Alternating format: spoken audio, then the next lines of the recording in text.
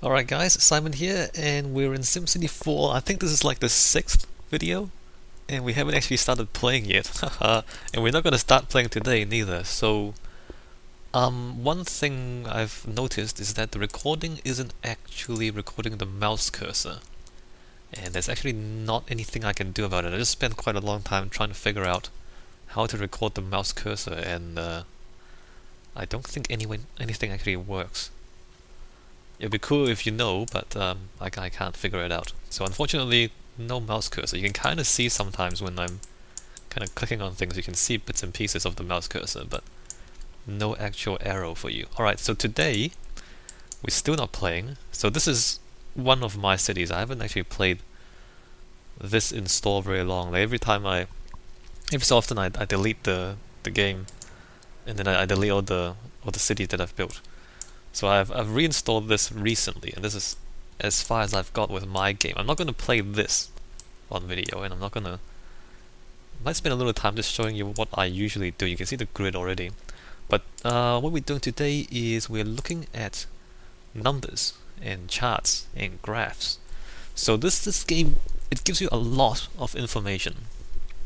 And I mean, you might argue that some of this might not be all that useful, but let's just look at all the graphs and all the data views and all the spreadsheets, and just see what information it gives us. And if you actually study urban planning, you might find that a lot of your actual work is drawing these graphs and collecting the data, which is not fun. It's kind of just number crunching.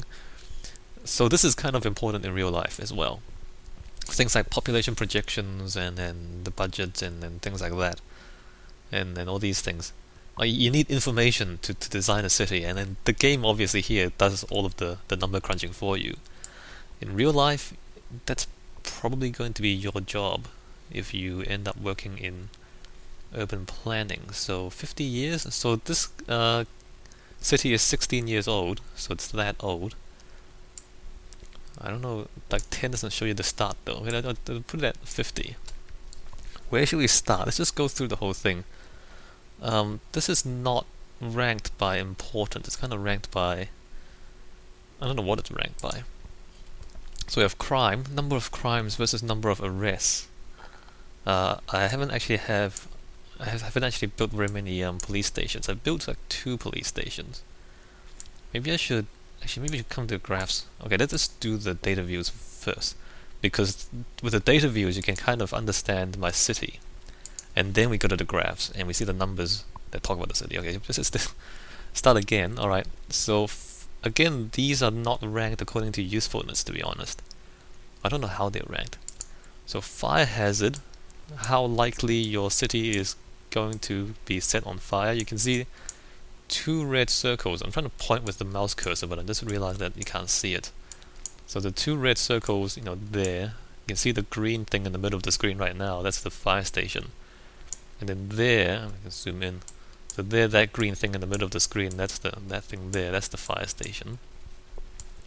So the fire coverage is there. I mean, that's industrial at the bottom, like there, in the middle, like there. That's industrial, and you can see there's the coal-fired power plant. So the industrial stuff has a higher fire risk. That's industrial there as well. But all the other buildings also have some fire risk. I don't actually have that many fires in my city. I don't know. But anyway, I mean, that's all, in-game simulation. I mean, in terms of the real world, I'm not entirely sure why having a fire station would reduce the fire risk. I know that in some countries, I don't know about you, in your country, wherever you are, I know in the countries I lived, the fire stations kind of, sometimes they offer like a smoke alarm check service, or like a the fire extinguisher check service, or like a fire safety check service. So they'll come and they'll check your house, and they'll kind of give you advice on how to prevent fires and all that. That's kind of useful.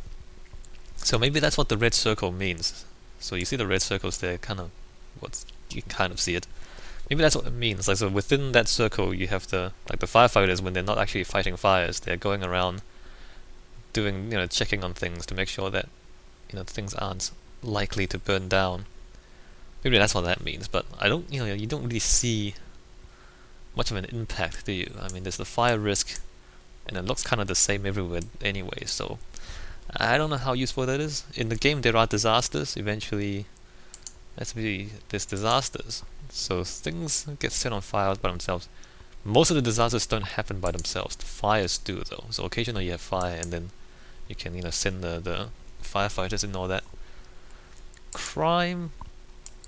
So the crime, I put the police stations. You can see them more clearly here. Put the police stations next to the fire stations, just so I can keep track of them. Again, the coverage is not that good. I've put them there. There are crimes in the farms. The crimes have actually decreased recently. I'm not sure why. So these numbers go up and down. There's a bit of randomness to it, and again, a lot of the mechanics in the game are also hidden from you, so you can't really tell what's going on sometimes, or it's not obvious how they're calculating these numbers.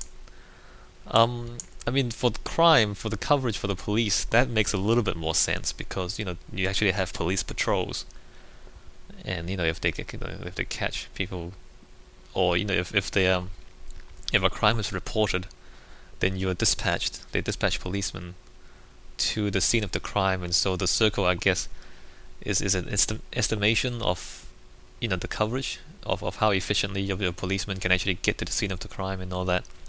Again, it's a bit of abstract. It's quite abstract in this game. I mean, why is it a circle? You would think that they'd follow the roads instead of having a circle, because the police travel to the crime scenes by their patrol cars and all that. So the circle is an abstraction in SimCity 4 that it helps with the simulation. I just don't think it's it seems a bit odd to me. Anyway, so that's the police coverage there. And you can also see like crimes as well. So you can see recent. I don't know how recent this is though. So these are the recent crimes. We have fighting, we have car theft, graffiti. What is this? This is fighting and flashing. So no serious crimes. So this is like kind of not serious crimes. Although purse snatching and fighting could be fairly bad. But drugs, stick-ups, assault, arson, and bank robbery. So these are bad crimes. So there's kind of orange and red and all that. In fact, it's yellow, orange, and red. Interesting. Depending on the severity of the crime. So that's information we've been given to you. So that's in the map. You can kind of see that. Oh, I'm trying to point with the mouse cursor again, and you can't see the mouse cursor. Just pretend you know what's going on. So you can see the colors, color-coded, the flammability, and all that. Right, so education, and as I said in the previous video, I think, or the one before that, I usually build my schools quite early on, and so you can see the highlighted green. We have the elementary schools, high schools. It's a private school, which they're all actually not anywhere close to max capacity. And you can see I've adjusted the local bus funding as well. And I think I've briefly stated in earlier videos where I will put these services in the middle, and then I'll build the residential areas around it to fit into the circle. Again, I don't like the circle as an approximation, but since the game is using these circles to determine how these buildings function, then I go with the circle. I built this fairly recently. I hadn't really had time to do its thing yet. So you can see the education. So I started with this circle of residential areas, and then I built this one afterwards. And the way this game simulation works is, the more time people spend inside these education circles and healthcare circles, then their education and health improves over time. So the new suburbs, as it were, they usually start off with lower education and health, and then if you have these facilities, then over time they get more and more green. So it actually takes time. It's not like people move into your city with bad education and bad health. Another kind of simulation issue thing there, which is not entirely accurate. Like they don't move in with average education, they don't move in with high education or random education, they move in with low education. Which is a bit strange. But okay, it's a simulation. I think if you have neighboring cities, so you can you see how the roads kind of link up to the edge of the map. You can build in neighboring plots of land as well, and then join the cities up. I think if you join the cities up, then the people will move between the cities. I don't know if they actually migrate, but they will go find work in the neighboring city if it's available, or neighboring residents might come to your city to find work, and so the RCI becomes, it's no longer self-contained. Like you can kind of borrow people from next door neighbors to build your city up and all that. So education, it's doing okay, kind of okay. In fact, it's doing fairly okay. I mean, it's not too bad. There's a few patches of red you can see like there, but that will go away over time, I think. Desirability is very complex, so it's got all these charts to it. And again, number crunching. The computer's doing all this calculation for you. You don't have to do it yourself. So the poor residential, the low wealth commercial, and so the low wealth stuff you can pretty much put anywhere. The medium wealth, so the residential medium wealth, they don't want to be too close to the air pollution, although they're pretty tolerant. And the high wealth are much more sensitive to the pollution, although as you can see, it's still kind of okay. Like I've got a few factories going on, but they're still pretty happy with most of the map. Similar things with commercial. Commercial, they seem fairly tolerant, even with the pollution. Although the high wealth, pollution and crime are problems for businesses. But at the moment you can see there's not much. Oh, well that's a problem. High wealth commercial surface, so they don't really like the pollution there. So they're much more sensitive to pollution. But for the most part, not really a problem. So agriculture is highly sensitive to pollution again. So I've put a few farms around here, but they're okay. I'm not sure about that. I think they also need to be close to roads so you can transport goods away. That's why you kind of have patches of red when you're kind of further away from the roads. Again, like there's all these kind of factors going into these calculations, but it doesn't actually tell you explicitly what you need in the game. Actually, let me just check.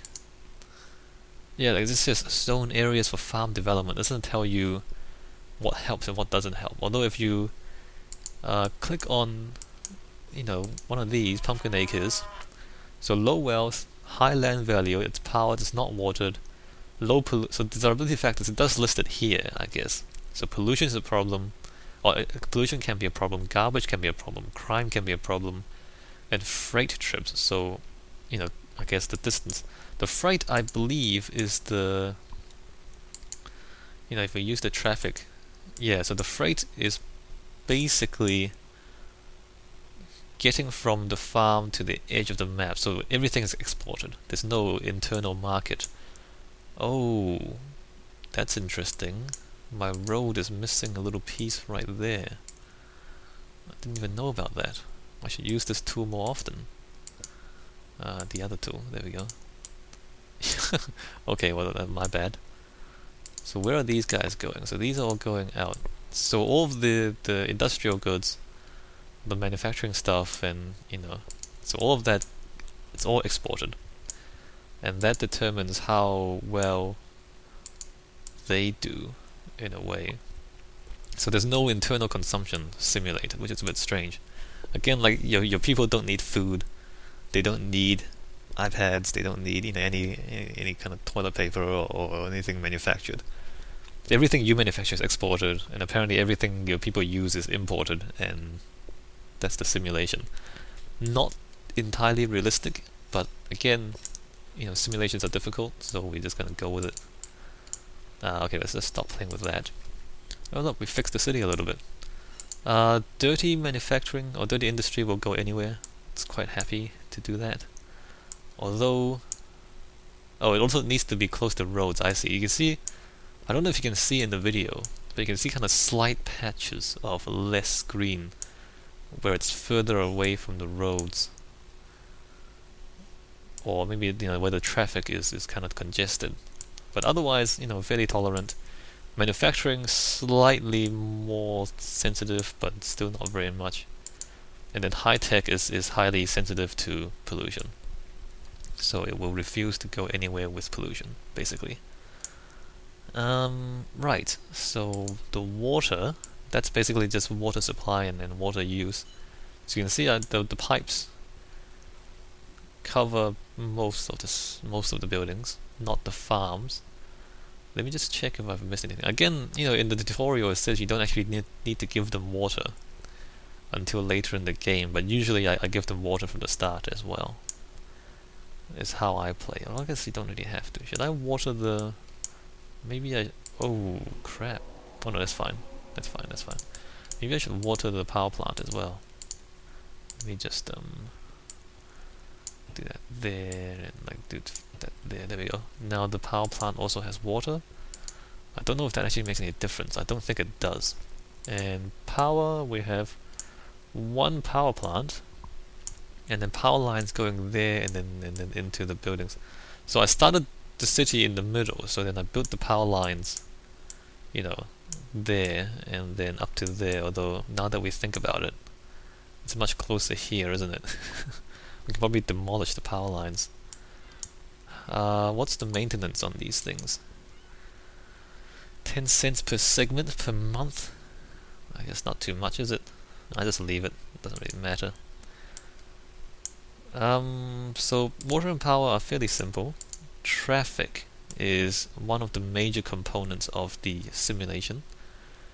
And you can see, for the most part, no congestion, although there's morning and evening. Actually, that's the same. That's interesting. There's no congestion, mostly because all the roads are in a grid and they all link up. So, the connectivity is quite high. You can study connectivity as well. There's like a program where you can use to calculate the connectivity of roads depending on how many connections they have to other roads. And that kind of, if you do that analysis on the city, it tells you where the important things are in the city, and actually it's quite accurate. Like, the more important things are in the city, the more roads will lead to it over time, because it's important, people want to travel to it. Anyway, so here, high levels of connectivity everywhere, that helps with the traffic, basically. We look at volume. Volume is not all that useful. You don't really care what the volume is, although maybe that's a concern. Congestion is the problem.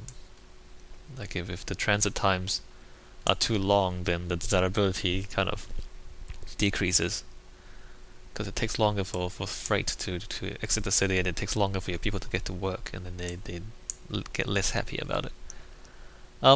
Yeah, so the grid.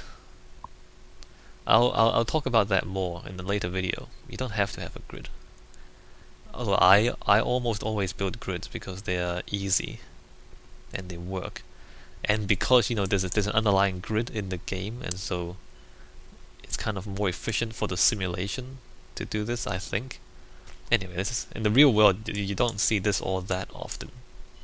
You see some of it in city centers because it's dense and you need the connectivity, but otherwise not that often these days.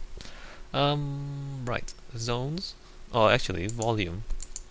Okay, look at road traffic, pedestrians. So not much pedestrian travel because, like, the people in the game, they don't walk very far before they get tired and just stop. And they have to work from home to work, or they work from walk. Yeah, they basically walk from home to work. And since I've kind of separated the zones into kind of residential, actually the zones, there we go, residential, business, and commercial, and then industrial. So the zones are fairly far apart, and so very few people get the opportunity to just walk to work. If I have mass transit, they will walk to mass transit, get on the mass transit, and then when they get off, they'll walk again to their work.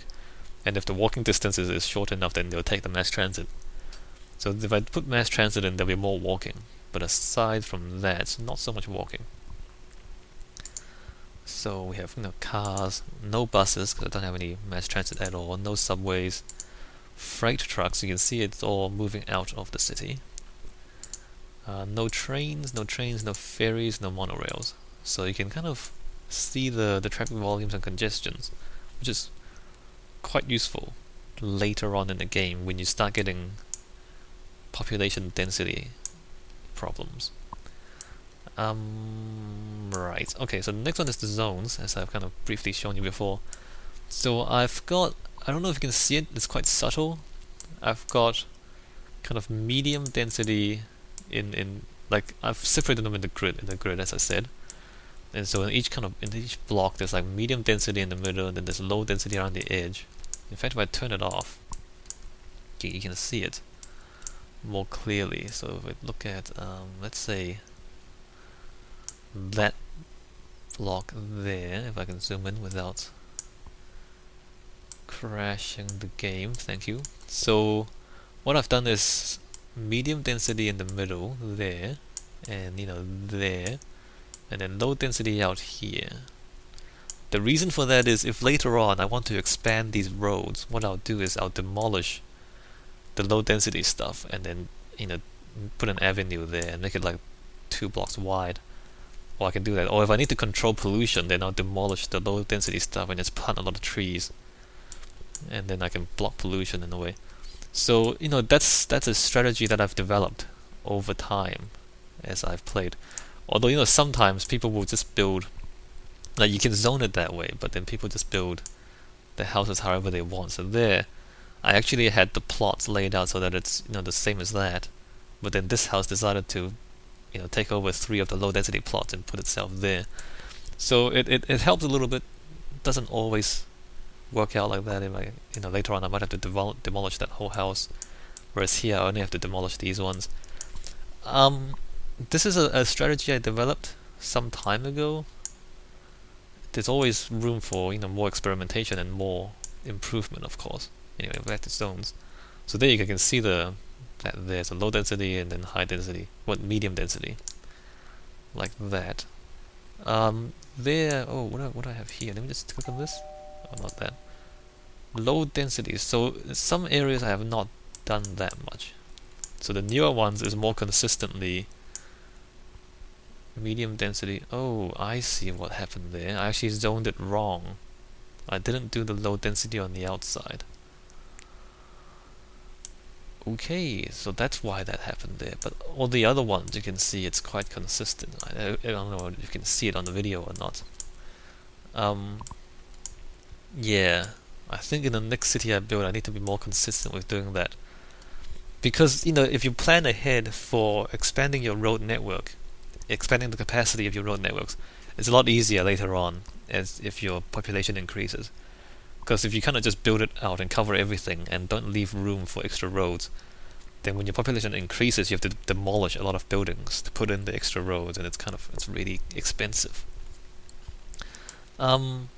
So commercial, if we click on that, like the desirability factors, they have pollution, garbage, crime, and customers.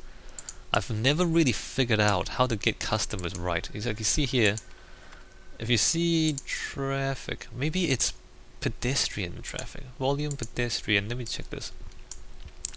So the pedestrian traffic here apparently is okay. Let me just click on that one. No, that's not good. Click on that one. See, it's low customers. Low customers. Low customers. Low customers. Low customers. Low customers. I don't know. I've never really figured out how to get high customers. Sometimes you just get it, and sometimes you don't. I don't know how that even works. Maybe you should look at it on Google or something. Like how to get high customers in your commercial buildings, because it's one of the desirability factors, and I just don't know how it works. But yeah, so mostly I'm using the commercial things as a buffer between the residential and the industrial, so the pollution doesn't get to the residential stuff too easily. That's basically it. The idea is, as people travel from residential areas to the industrial areas to and from work, they'll kind of go past the shops, and then that will bring in the customers. Except the customers are still low, so I don't really understand how that works. Maybe you just need a lot more people. Yeah, and the farms are out here, right? Right. Not too much more to say. Maybe I'm leaving out stuff that I think it's obvious, but it's not to you. Like, is that clear why I planned it out this way? Like, you can see, if you look at the map, the small map, like the circles for the residential. I mean, that's because of the circles in game, right? The range of the schools and hospitals and all that. That's the circles. And then the industry is kind of separated from the residential areas a little bit. I started off with the cross, and then I put the residential stuff in the middle, and I started putting farms on one side, and then I stopped doing farms and started putting manufacturing on one of the corners, and then, you know, commercial stuff in between. That's basically it. And then I put another residential area because I wanted more people to move in. And it's not too complicated. I hope that makes sense. Feel free to ask questions in the comments if you wanna, if you have questions. If I'm leaving out things. Alright, so land value. I think all the desirability factors kind of come together to calculate the land value. This affects your tax income, I think. So the pollution lowers the land value, but other than that, I can't really see what other factors are important. I guess that means that, yeah, I think it's just desirability. Like aggregated desirability is the land value, I think. Not sure. Mayor rating is only for residential areas. It says how much your people like you. Apparently I'm doing quite well. It's not difficult to make people happy in this game. Which is not, yeah, it's not difficult to make people happy in this game. Can't say that in the real world too much. Resident average age, again, I don't really know how this works in the simulation. Because when you build, or when people build a house, they move in, they're all young adults. And then over time they get older and older. I don't know how it calculates them reproducing and then making babies. But you can see the circle near the middle, it's slightly older than the circle to the right there, because the circle to the right I built after the circle in the middle. Yeah, I don't know how the age. I mean, I understand that they move in, they're kind of young adults, and then every year they get older and older and older, right? So I understand that much. I don't know what happens when they're supposed to reproduce, like, because supposedly there's 169 people living in this building, but if you do the, if you look at the commute, so these from this house they work at, they work there, they work there, they work there, so they kind of distribute themselves into these jobs, although they're all fairly close by. So the simulation, like, it takes people and it takes people living in their homes, and then it calculates where they work. I don't think it calculates all 169 people. I think they kind of divide it into chunks. I don't know how the simulation works. Maybe we should look it up. So it's not like you have 169 different actors or agents, I don't know what they call them, around the city actually going to work and all that. I think we kind of divide them into, let's see, how many arrows were there? So there's like 1, 2, 3, 4, 5, 6, 7, 8, 9, 10. So it's 10 for that one. Let me just click on this one. So there's like 1, 2, 3, 4, 5, 6, 7, 8, 9, 10, 11, 12, 13, 14 that I can see. And there's 200. I don't know what's going on. Anyway, so there's a lot of things going on in the simulation that I don't understand. In real cities, the average age, I guess it's kind of important because it determines what kind of services you provide. For example, if there's a lot of old people living in an area, then you don't really need to build that many schools, right? Because they're not going to school anymore. Whereas you might want to build more clinics and hospitals because they might need more healthcare as they age. So that actually has an impact on real-world city planning. Anyway, so health, similar things like when they move in, they're not healthy. But then over time, if they are close to a clinic, then their health improves. Yeah, I think this just improves over time if there's a clinic nearby.